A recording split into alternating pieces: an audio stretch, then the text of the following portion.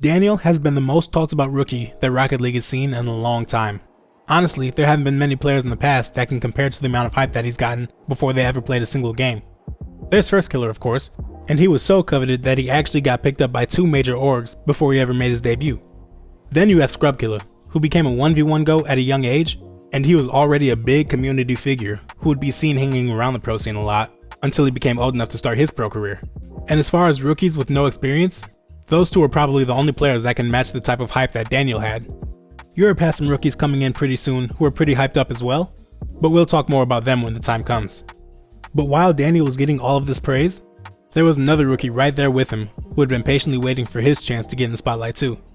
It's not like Aqua was some unknown. He had quietly been building his reputation as a really good player who would also be ready to make an impact on the pro scene when he was old enough.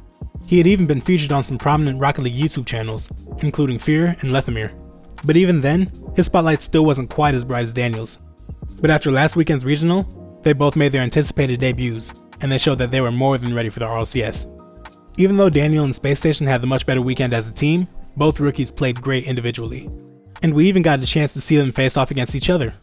So what did they do to stand out so much? Let's take a look. Let's start with Aqua, who was absolutely dominant offensively. He finished first in the event in goals per game and second in assists, and being so high in these two stats helped him to be first in Octane rating as well. In fact, for a lot of the numbers that could be associated with aggression, Aqua was either at or near the top of. He was first in closest average distance to the ball, 5th in average speed, and 5th in boost used. And he was also first on his team in time spent farthest forward, but he was pretty close to Gyro in that stat. But even setting all the numbers aside, it was clear that Rogue wanted to make Aqua the focus of their offensive attack, and they looked to give him the ball whenever they had a chance to. Plus, since he also spent the least amount of time on the ground out of any player, when he got the ball, he was usually trying to do something in the air.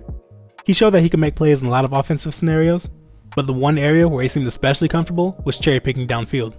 There were a lot of times when Gyro and Taroko were back defending against the other team's possession, but Aqua would already be moving upfield, looking to be in a position to quickly take advantage if Rogue starts a counterattack.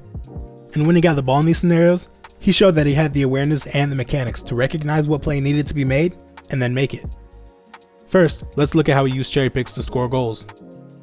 After losing the 50 to Kinsei at midfield, he turns off ball cam and drives down the field to try to steal boost, which leaves the ball open in the middle of the field for a while. Aqua is clearly beat to the boost by Jordan, but he stays far upfield anyways to be ready for the ball in case it comes to him. Magic Bear then flies up for the ball and bangs it straight into the wall, sending it straight down to Gyro. And while this was happening, Aqua collected multiple small boost pads while he was waiting for the play. Right before Gyro makes contact, Aqua turns around to face the open spot in the defense between Jordan and Magic Bear. Gyro hits it into that space perfectly. And since Aqua is already turned towards the opening, he's able to jump for the ball immediately, while Jordan still isn't completely facing it by the time the pass is made. This split-second difference lets Aqua win the race to the ball and take Jordan completely out of the picture. Then he finds the perfect redirect shot and scores the goal before Kinsei is able to rotate back. Now, to see him show off his passing, we'll transition to their game against Complexity. After rotating all the way back to the corner boost, he's up next for the challenge, and he dives in. But he's easily beaten by HAG, and he ends up floating all the way to the other side of the field. A lot of players in this situation would use some boost to try to get down to the ground quicker so they could recover faster, but Aqua seems to be fine with just slowly falling and spinning his way to the ground. Meanwhile, Taroko loses a 50 in the corner to HAG, sending the ball in front of the goal.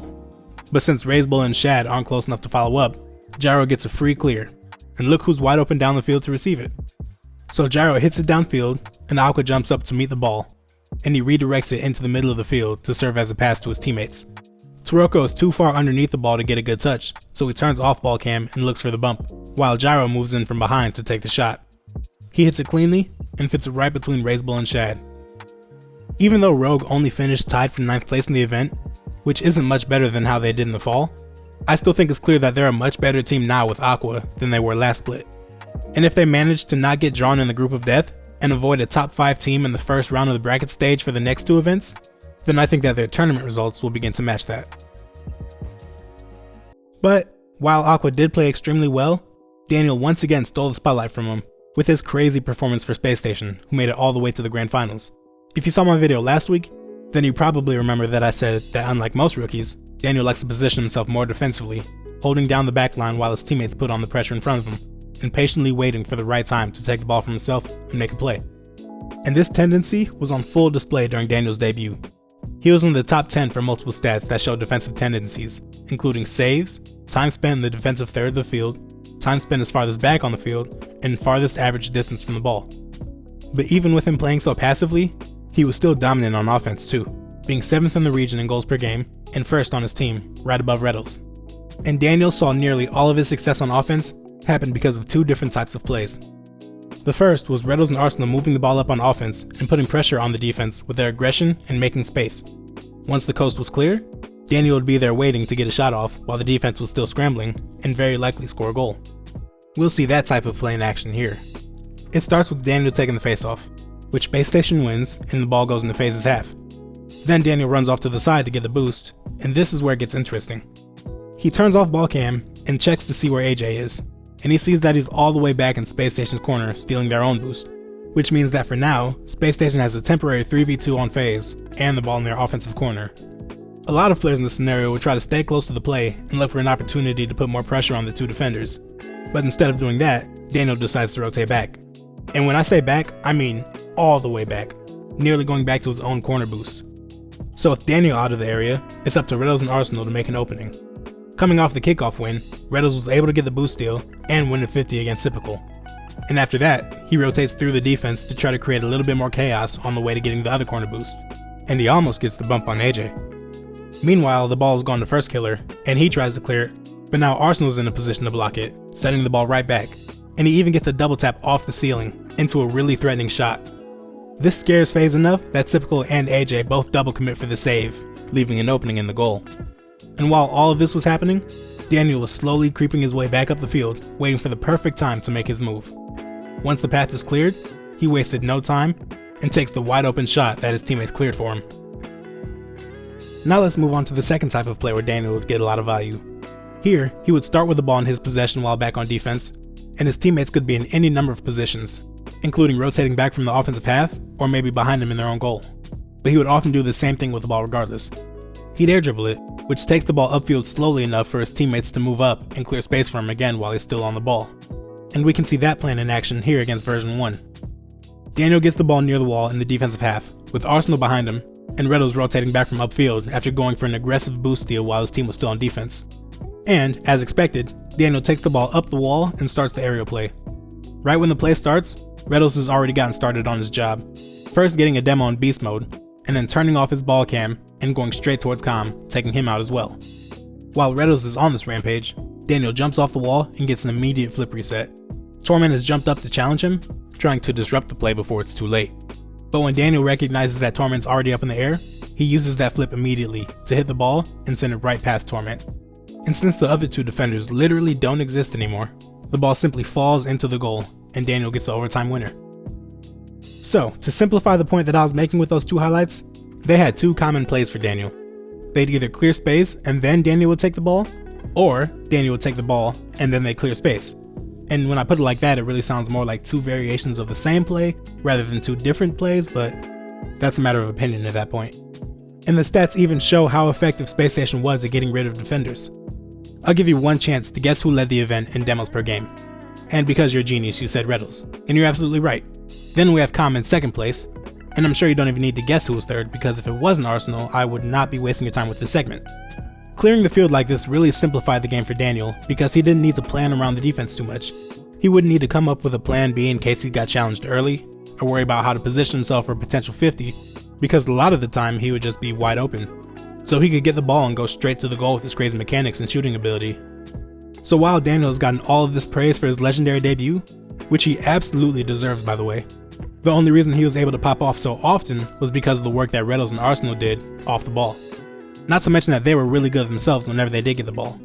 So while you're giving Daniel his due, don't forget to acknowledge Reddles, Arsenal, and Coach Chrome too, because it was still a true team effort. But even though it was a team effort, there were still a few times when Daniel had to make a play by himself without help from Reddles or Arsenal clearing the way for him. So let's take a look at one more highlight. Against FaZe, Daniel gets the ball while back on defense again, and he jumps off and has the option to go for another air dribble. And that's probably what AJ is preparing for, since he started driving back to get to a spot where he could make sure the ball wouldn't go over him. But instead, after Daniel gets his flip reset, He takes the ball all the way to the ground because there's space for him down there since AJ drove back a little bit. AJ recognized that Daniel was going to the ground, and he quickly turns back to face him and drive at him for the challenge.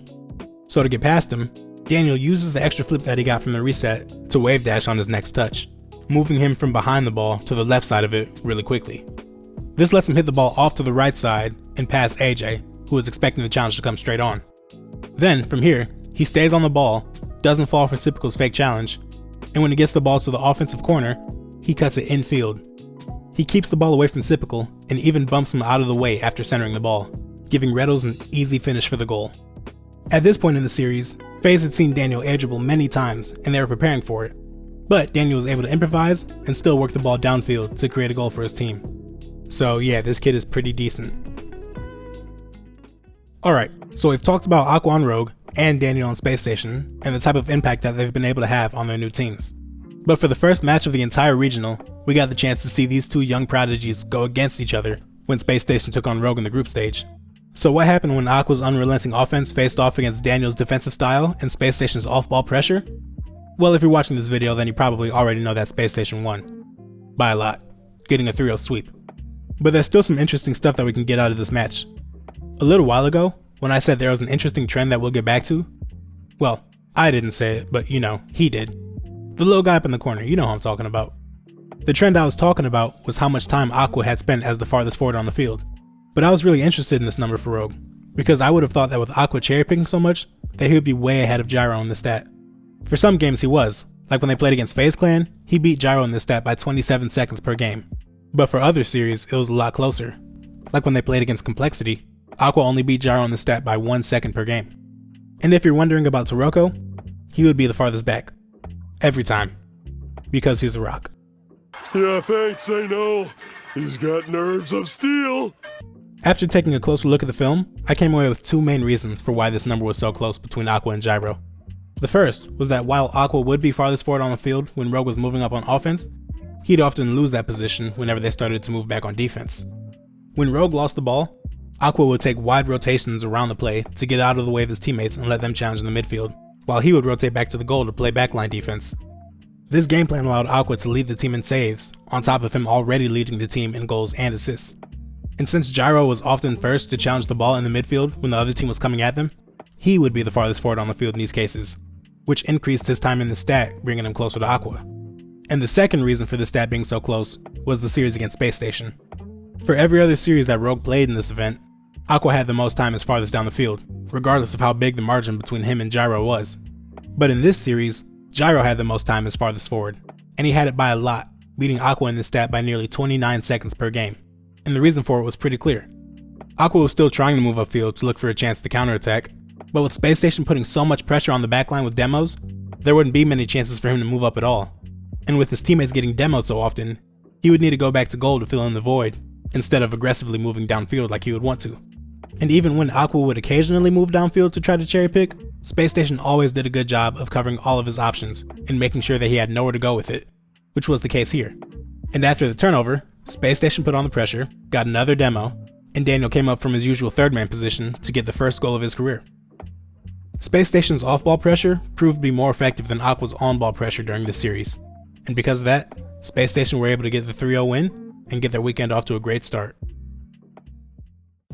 So, at the end of the day, round 1 of Daniel vs Aqua was a win for Daniel. But I expect these players to be at the top level for a very long time, so Aqua will have plenty of chances for revenge down the line.